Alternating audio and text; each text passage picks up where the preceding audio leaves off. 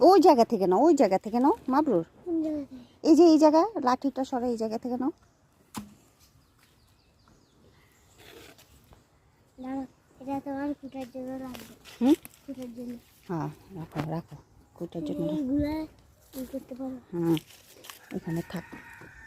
এগুলার মতো না। কত কেঁচো, কেঁচো দিয়ে কি সার বানানো যায়? কেঁচো হচ্ছে প্রাকৃতিক নাঙ্গল, কেঁচো দিয়ে সার হয় বাবা। কে বসছে বাবা? আমি।